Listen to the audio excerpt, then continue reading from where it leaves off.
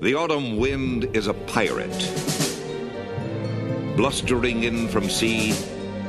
With a rollicking song he sweeps along, swaggering boisterously. His face is weather-beaten.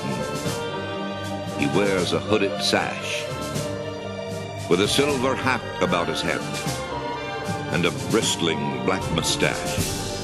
He growls as he storms the country, a villain big and bold.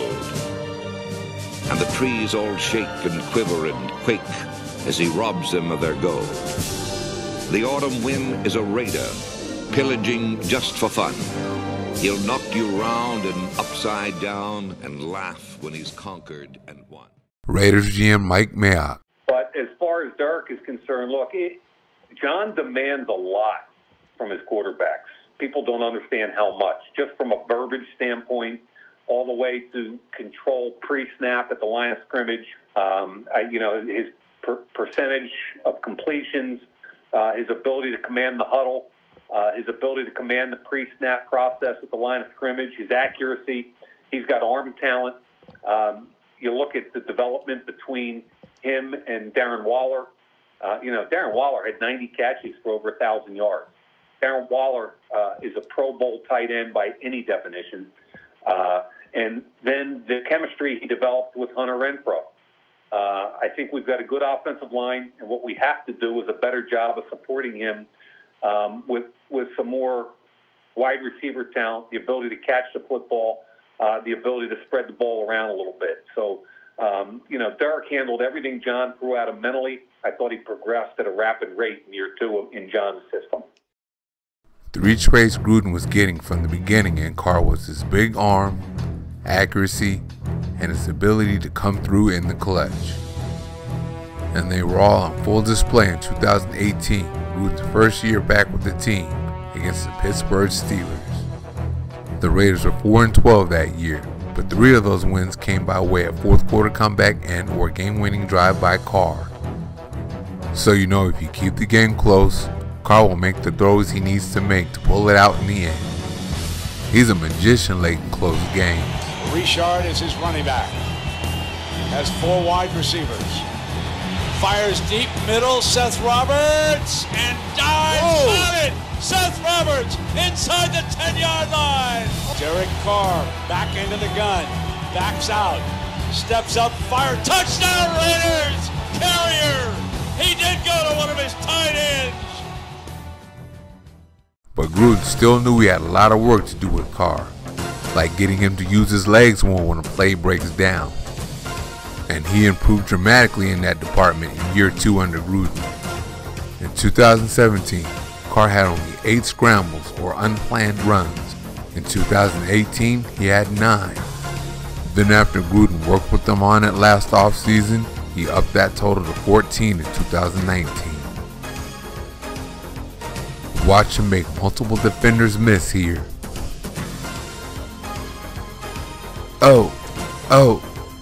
Then he dives into the end zone. But Carr does need to scramble more. To give you an idea of how often a good quarterback with good legs should be scrambling, Patrick Mahomes had 28 scrambles last year. Carr also did pretty well on planned runs, like on this play that should have sealed the game for the Raiders. But somehow, the referee called him out of bounds instead of inbounds, which would have run the clock out. Another area Carr got better at under Gruden is passing under pressure. In 2018, Carr was ranked number 29 in pass rating under pressure at 40.8. In 2018, he was number 24 at 58.1. Then in 2019, he moved all the way up to number 6 at 88.4. Carr was blessed with the ability to run and throw on the run. Gruden just needs to get more of that out of him, and so far, he is. The improvements Carr made in scrambling and throwing on the run are going to be crucial to his future success. But like Mayock said last offseason and this offseason, the Raiders need more around Carr to win. And they have it as after the Antonio Brown debacle, running back Joshua Jacobs became the identity of the offense. And he puts the M in Raider might. Look at the power here. Oh! He can buck you to the turf or make you miss. Watch the spin move here. Oh!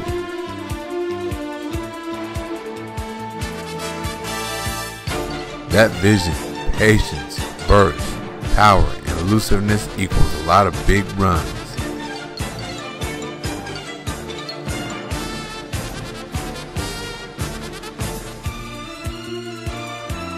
He's just plain hard to get on the ground. Oh, oh, oh. Inside, outside, power scheme, zone scheme, he can do it all.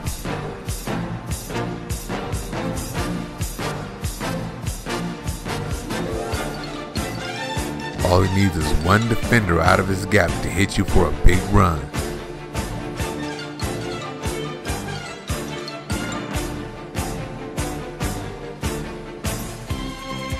Alright, first cut, and then, oh!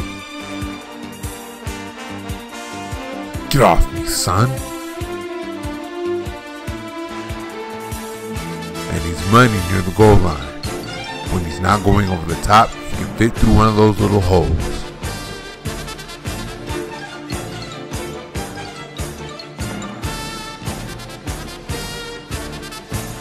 He can also bounce it outside if need be. He's a complete runner. He can also contribute to the passing game as a receiver out of the backfield.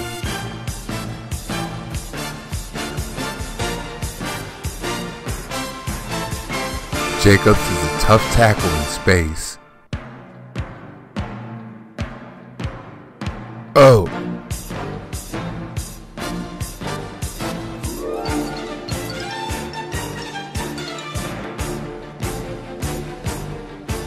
Corner coming up doesn't even want to make this tackle.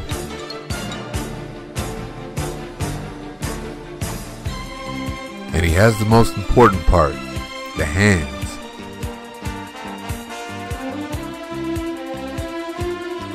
Both run and pass, Jacobs is an important part of the Raiders' offense. It's too bad a fractured shoulder kept him out for weeks 14, 16, and 17. At the beginning of the season, it looked like Ty Williams would take over the #1 receiver spot for the Raiders. He can go deep with the best of them.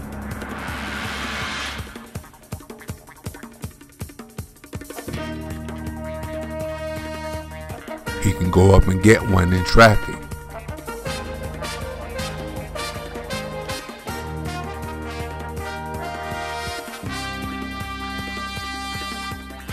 He has the body control to catch that back shoulder fade.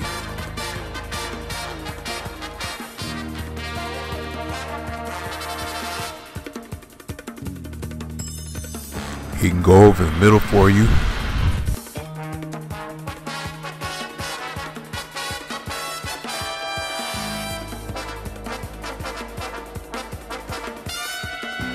He's a good route runner.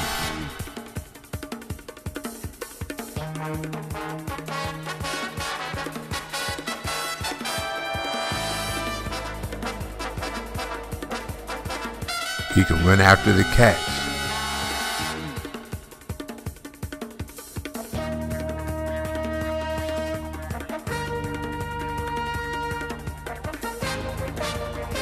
And at 6'4", the combination of all those things make him a threat in the red zone.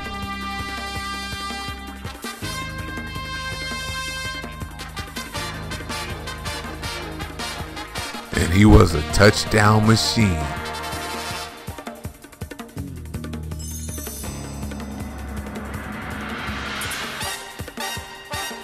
He scored a touchdown in each of his first 5 games as a Raider.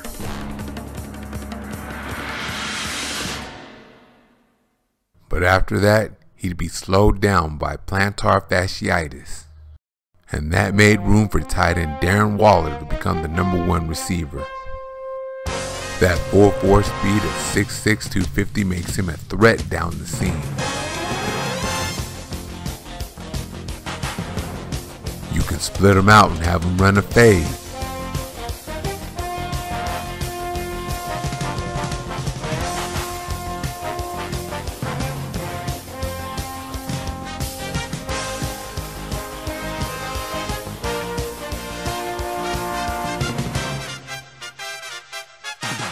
With that speed, you can have him go deep from anywhere.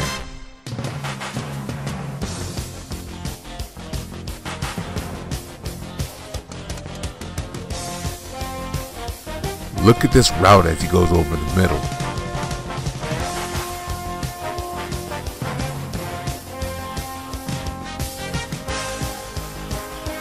Oh yeah, and he can run after the catch.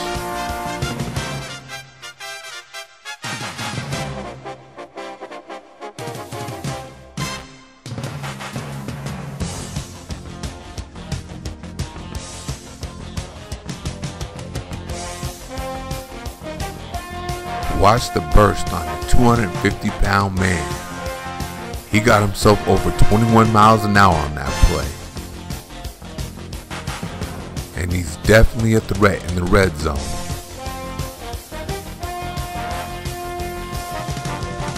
He just didn't see a lot of targets there because opposing defenses took him away.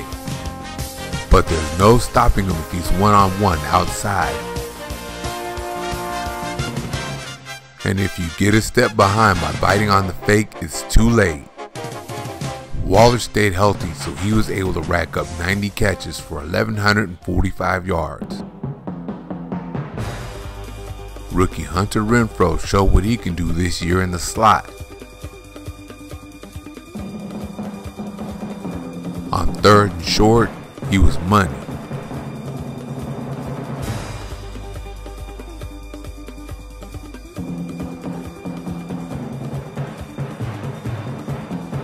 He was a big part of why Carr did well on 3rd down this year.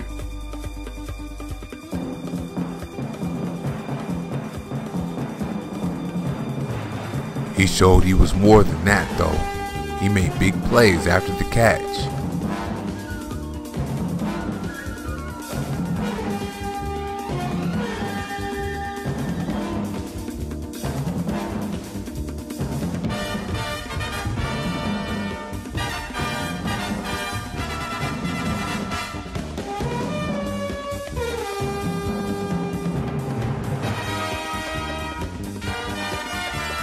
And if you don't watch out, he'll mess around and get deep on you.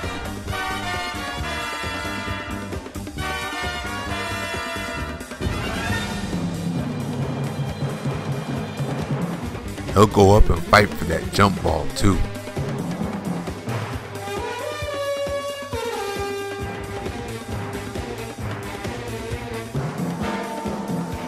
I wouldn't call him Mr. Red Zone Threat, but he can score in there. Watch him keep working to get open when he sees Carr in trouble.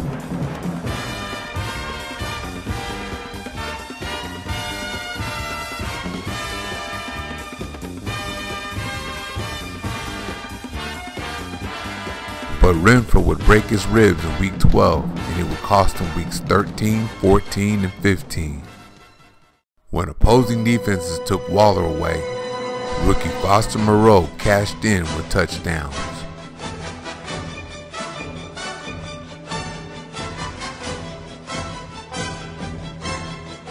Moreau is a starter in the NFL. He just has a freakishly gifted athlete in front of him. He's a good route runner as he shows on this smash concept here.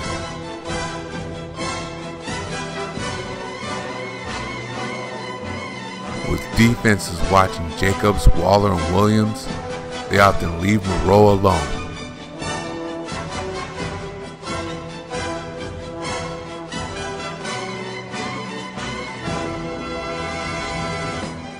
Look at this, they pay him no attention at all.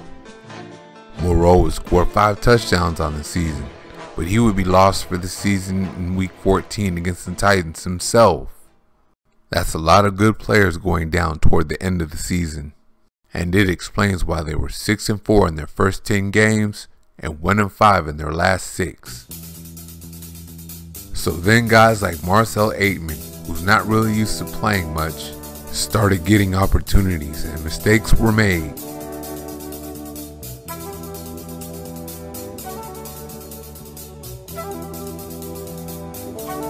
But he wasn't alone, as it got harder and harder for Williams to play with plantar fasciitis.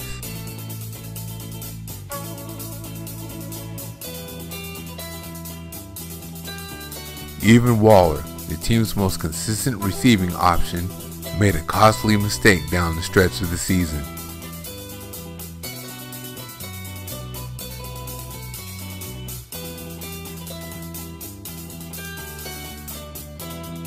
Carr had his problems too, as there are some throws that he would love to have back.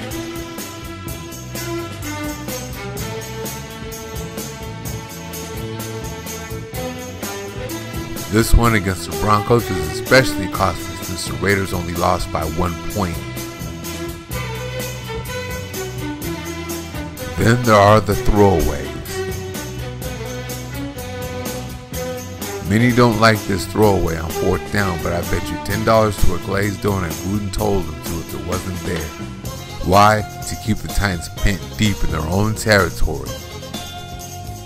I was mad about this throwaway at first because I wanted to see Carr try to complete the pass or run, but that's actually the right play deep in your own territory. But Carr did make some bad decisions. He drops back to pass and immediately has a man in his face, so he can't get the ball out in the flats. Then Carr loses him, but he can't throw it to the flats or it's a pick 6. There's coverage in the middle, in the front, and the back of the end zone. All he has to do then is look backside. If he does, Zay Jones is open for the touchdown. But nope, it's incomplete. Predictability on offense is a factor too. The linebacker here runs Williams' route for him. Then he deflects it, leading to an interception and a touchdown. Throwing too many short routes gets those routes jumped, which is what Chiefs safety Tyrann Mathieu does here. Carr has Williams going deep here, and thinks Matthew's going with him, but he isn't. He sees Waller coming across the field and he decides to leave his man and jump Waller's route. And that leads to the interception. Here, safety Ron Thornhill is going to jump the route. Carr now believes he has his receiver open inside with the corner in coverage.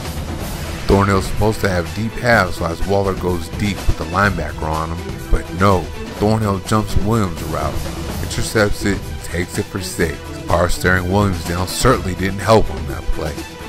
The next week against the Titans, the Raiders got in that same bunch formation and ran something different. Speedster Rico Gafford went deep out of it and got a touchdown. This is what you have to do when you have safeties jumping short routes. And of course, it wouldn't hurt to throw a few more double moves in there.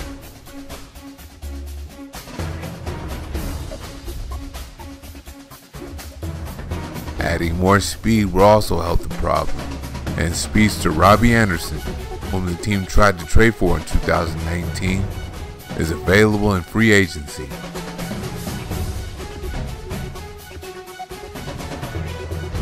Then there's the draft, where the Raiders can possibly get 4.25 40 speedster Henry Ruggs.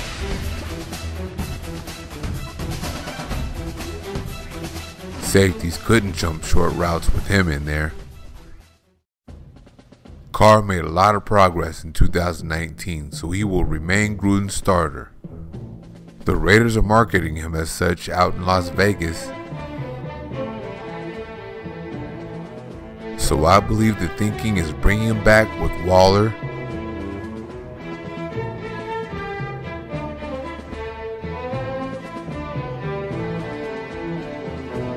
a healthy Williams,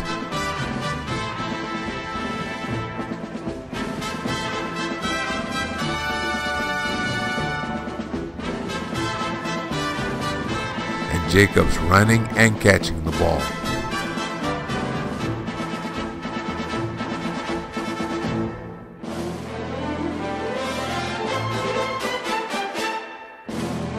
Put that together with the speedster and that'll really open up that offense. Then we will truly see what Carr can do. Thank you for watching. See you next week.